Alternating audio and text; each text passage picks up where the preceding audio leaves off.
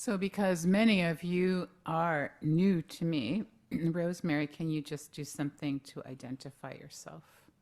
Are you like, okay, there she is.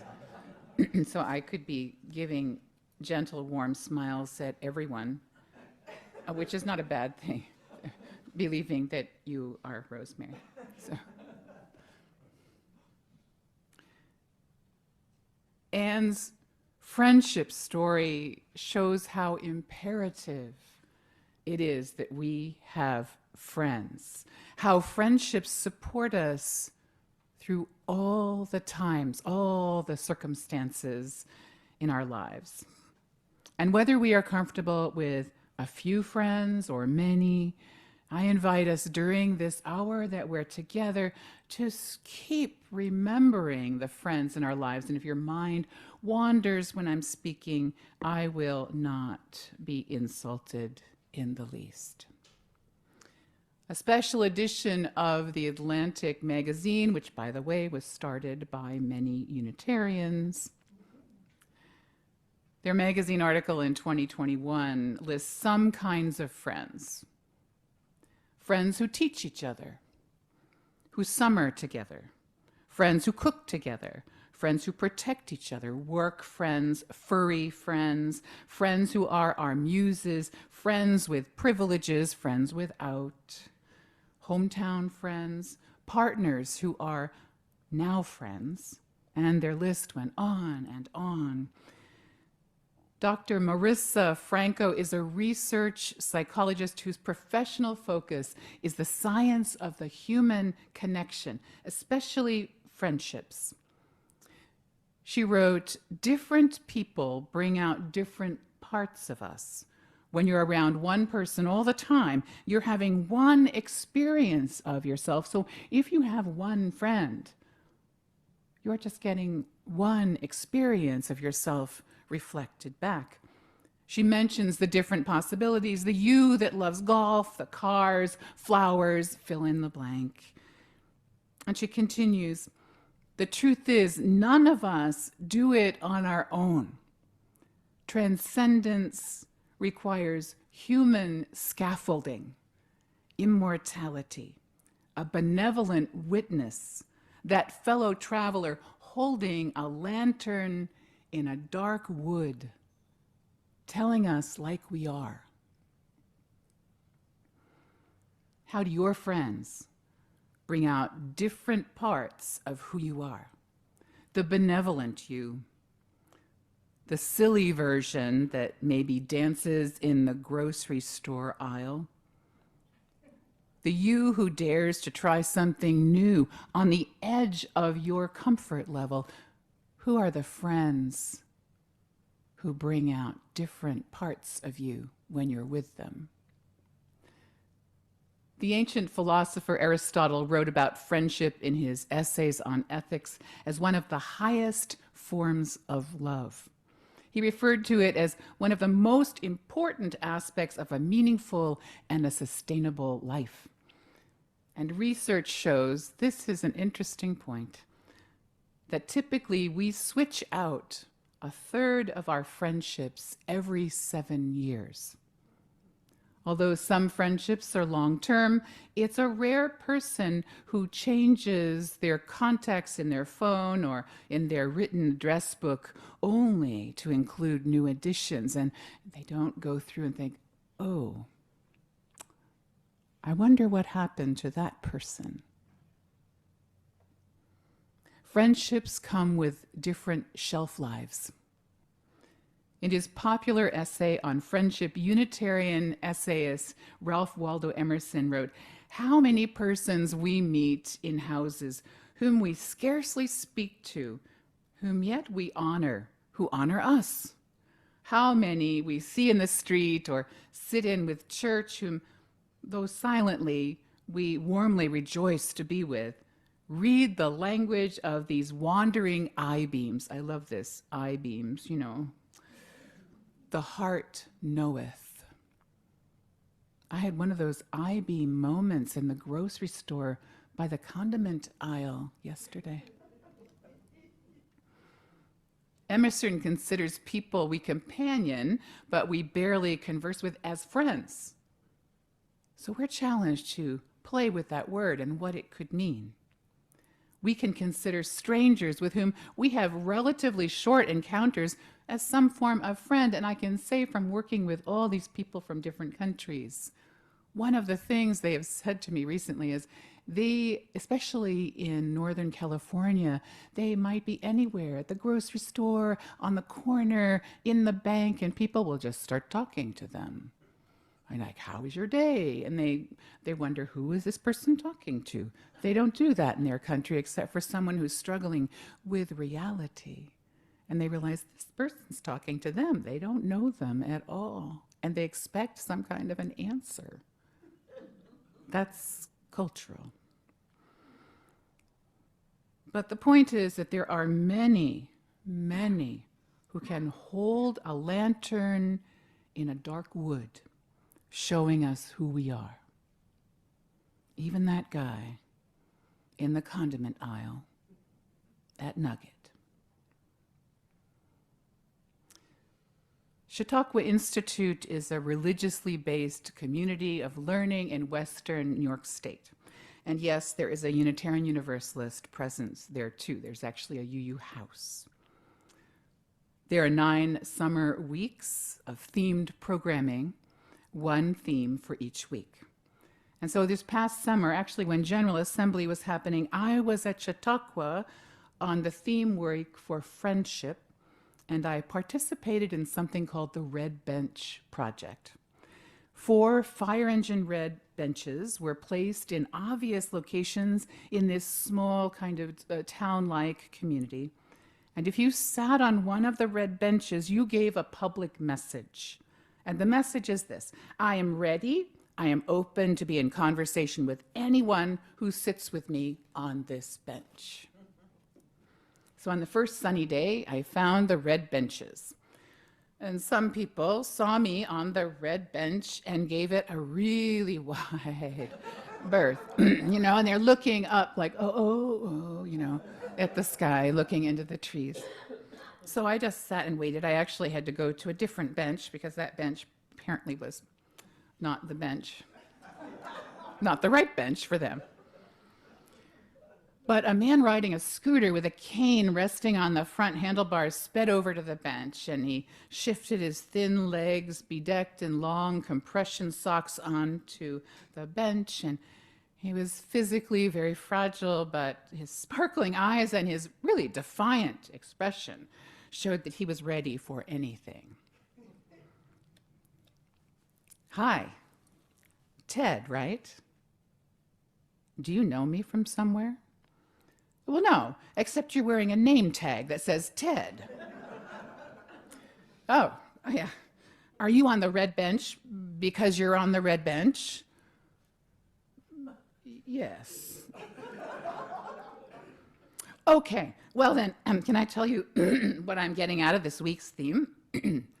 I thought friendship was a stupid theme for a whole week's study. I mean, is it even a serious subject?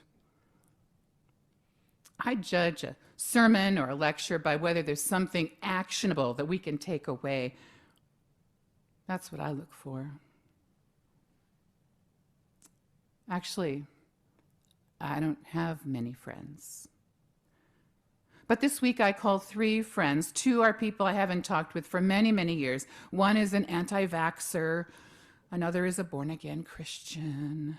And he talks about it in every conversation, and it is damn irritating. But because of this week's theme, I've called them, and I reconnected. Never mind our differences.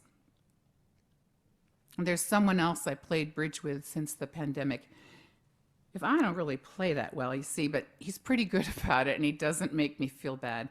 That's a nice thing about him. We started talking about how we're setting up our estate for the day when that's needed. We played bridge online this week, and I said something that surprised me. I said, I think of you as a friend. You're a friend. Normally, I would never have said something like that. But he responded in the most amazing way. We had a great conversation, not about our friendship, but about the meaning of friendship. It turned out that Ted is a UU from a small congregation in the South, and he was really into proselytizing. He was yelling across the grassy central square, hey, Gladys, come here. You have to sit on this red bench. It's a big change experience. You sit here, you've just got to do it. You have to be ready to talk about anything. And he took her hand and he encouraged her to sit on the bench, gesturing to the seat as if it was a place of some kind of magical transformation. It'll change you. He wasn't talking about the conversation with me. He was talking about being that kind of open with somebody. He didn't talk with me about the weather. He talked about his loneliness. I experienced an encounter with something sacred in that moment. It was a combination of risk, add a little courage, and we got connection. Not everyone would be as comfortable on that red bench as Ted. It's understandable to want assurance of emotional safety before making ourselves vulnerable. Risky and random conversations are not for everyone. But what friendship scholars repeatedly emphasize is that friendship is not passive. Both the act of making friends and being a friend. We have to engage again and again and be open and be ready for change. Dr. Cornel West and Robert George are two of the leading intellectuals in this country. They are intensely devoted to learning truth and ethical behavior, and their friendship pulsates with energy and disagreement. They exist on opposite ends of a political spectrum. In the late 1980s, they were asked to do an interview together for a student university's journal, and both men agreed. The tape machine, and this is from the days of when there were tape cassette machines, had a 2-hour limit. And they became so engrossed in their conversation or debate that the interview continued for 2 hours after the tape was full. And after 4 hours of talking, they continued their back and forth in the parking lot. They recognized in each other a shared passion for questions of meaning and value. What is justice? What is good? Or what only appears to be good? They both wanted to end poverty, but had diametrically opposed theories for how to do it. They decided to co-teach a course for freshmen, only freshmen. Those freshmen would have the most to gain from watching them model their differences with respect and growing friendship. George and West eventually took their class on the road. And I say class, it's just like they pretended they were in the class. And that is where I was lucky enough to witness them, which again was this last summer. I heard them speak together after almost 35 years past that first 4-hour debate interview. And I will say that Cornel West in that morning announced his candidacy to run for president of the United States. Cornel West said, "We are seen as an odd couple, but our friendship shouldn't be seen as unique or odd." They spoke of their love of truth more than their love of their own opinion. Their love of truth more than their love of their own opinion. Both West and George repeatedly spoke of their mutual admiration and love. They use the word love for each other, despite how they think their friends' answers to society's problems are, they're wrong. They just said they're just wrong. Our mutual love as siblings, as brothers in life, is not reduced by politics. I don't know anybody I can do that with personally. They can do it. When West was arrested, George offered to send the bail money. And West jested, "I appreciated that. The fees are sometimes really steep, and it's not a great hotel." And you know it was probably for something that George didn't agree with. Early in their friendship, Robert George argued for negating the experiences of Black people as being unique. In his opinion, there was no reason for a Black history department. There was only American history. Over time, because of their debates and friendship, George changed his understanding of race and history. He currently affirms that time and history created a Black culture that is specific, and it should be known because of its uniqueness and its contributions to society. He made that change publicly. When Robert George was sworn in as chairman of the U.S. Commission on International Religious Freedom, he asked West to hold the Bible for the swearing-in ceremony. And the Bible is sacred to both of these men. For the ceremony, he borrowed Harriet Tubman's Bible because he wrote she was a Black woman who lived a noble cause for human rights. With his beloved friend's hands supporting Harriet Tubman's Bible, he placed his hands on its cover and made his promise to uphold justice. Two friends support each other despite their differences about how they would create heaven on earth. Blessed are the friends who help us become our best selves, who spark our creativity, to imagine ourselves beyond the faint glimmer of the possibilities we see in ourselves. But they see and they believe in us. My final story this morning, but there were many stories to be told, is about a friendship that took a long time to grow, and it was about trust. And trust was what defined this friendship.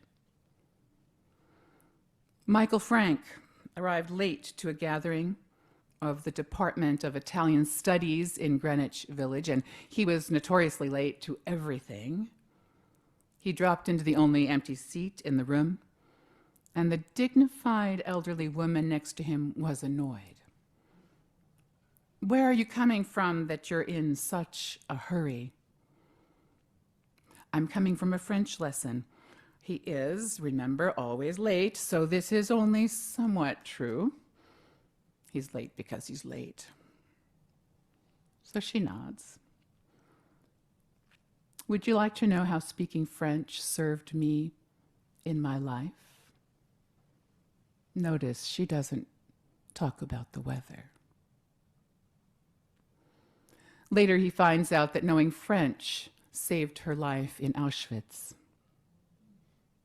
This is how Michael Frank met Stella Levy, who was born and raised a Sephardic Jew in Rhodes, an island located in the Aegean Sea near Turkey.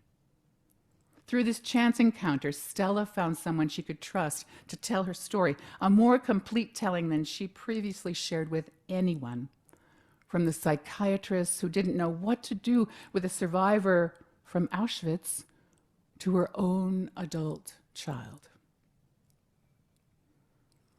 Michael was invited into her life for what became 100 Saturdays with Stella, and it took almost 7 years for those Saturdays.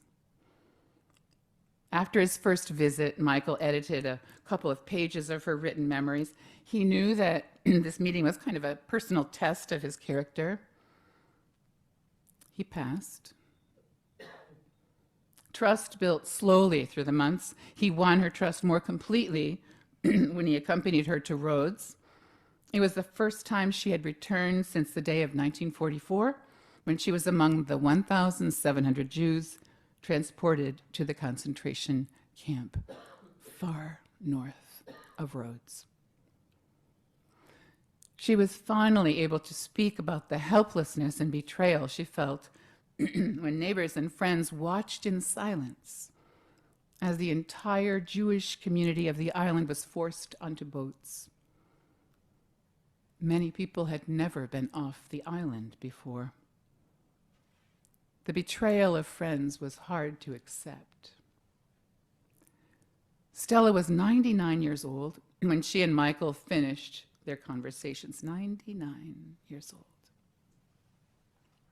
The result of those Saturday conversations became the book 100 Saturdays with Stella Levy. And it's on the list of books the political and religious right wish to ban, so I recommend it to you highly. In part, she hadn't told her full story because she believed it would be too much for her family to bear. But she also said, I don't want to be that person who is a performing survivor. She didn't want this one horrific part of her existence to define her long and multi-layered life. As a teenager, she wanted a life larger than Rhodes could offer. And her story at the end of her life, she felt, should reflect the fullness of her years in all the ways she had become larger than that young girl with that original dream. Michael convinced her to tell the whole story of her life in a way that would preserve the people and the way of life in Rhodes.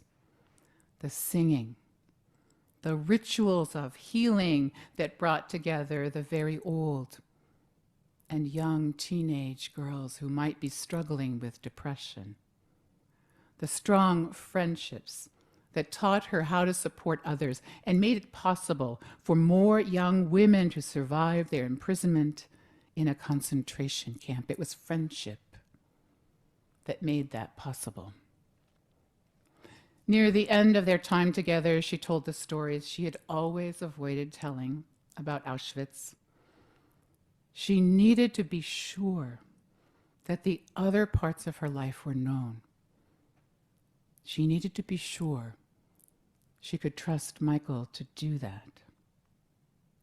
And she needed to find the courage in herself to walk through those memories. You know, as you tell the story, you live it again. So whether on a red bench or two people engaged in a 4-hour interview on race and culture, or editing an essay telling the story of the way of life that had faded from existence on an Aegean island. Remember, all of these happened because of a chance encounter. By giving our full attention to another, we are affirming another person's value. We are opening ourselves, therefore, to friendship.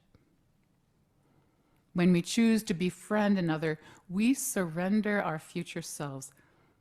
A friend may call forth not only unique parts of who we are now and the best parts, but also aspects of ourselves that don't yet exist. We open ourselves to open-ended, magical changes.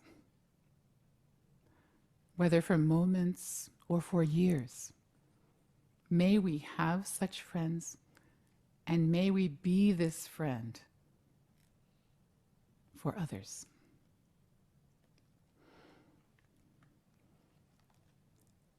I invite you into a moment of quiet and reflection, to think about your life.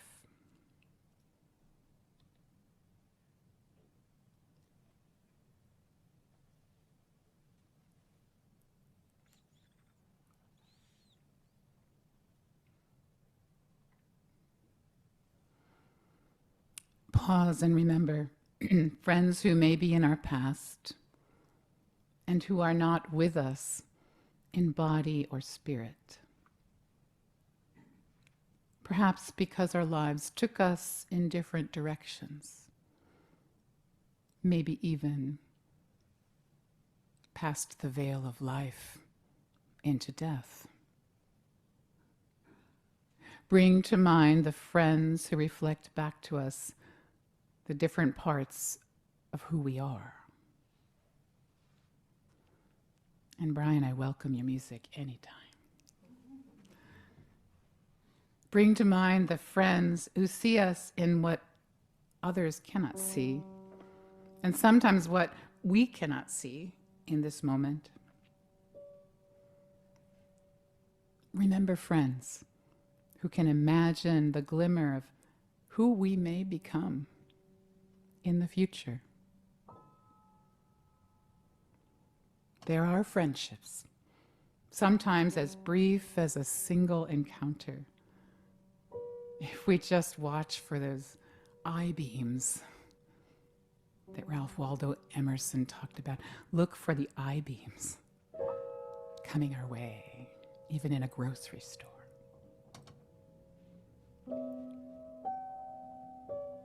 I invite you to create a sacred space by saying the names of friends in your past and friends in your present, just to bring them into this space.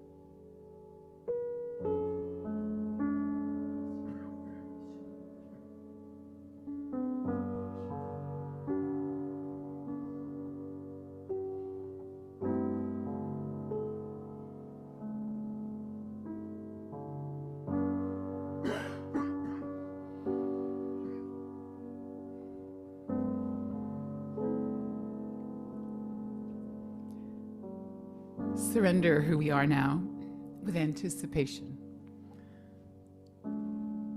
for who we will be, shaped and reshaped by what we create together. In gratefulness, may we be a part of friendships like these.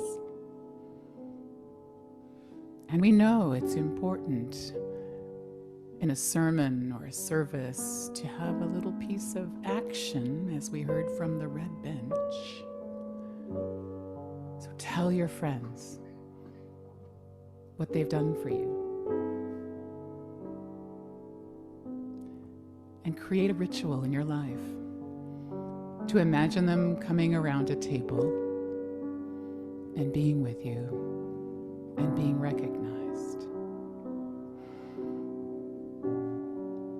And to that, dear ones, my friends for this hour and a half, probably, amen, amen, and blessed be.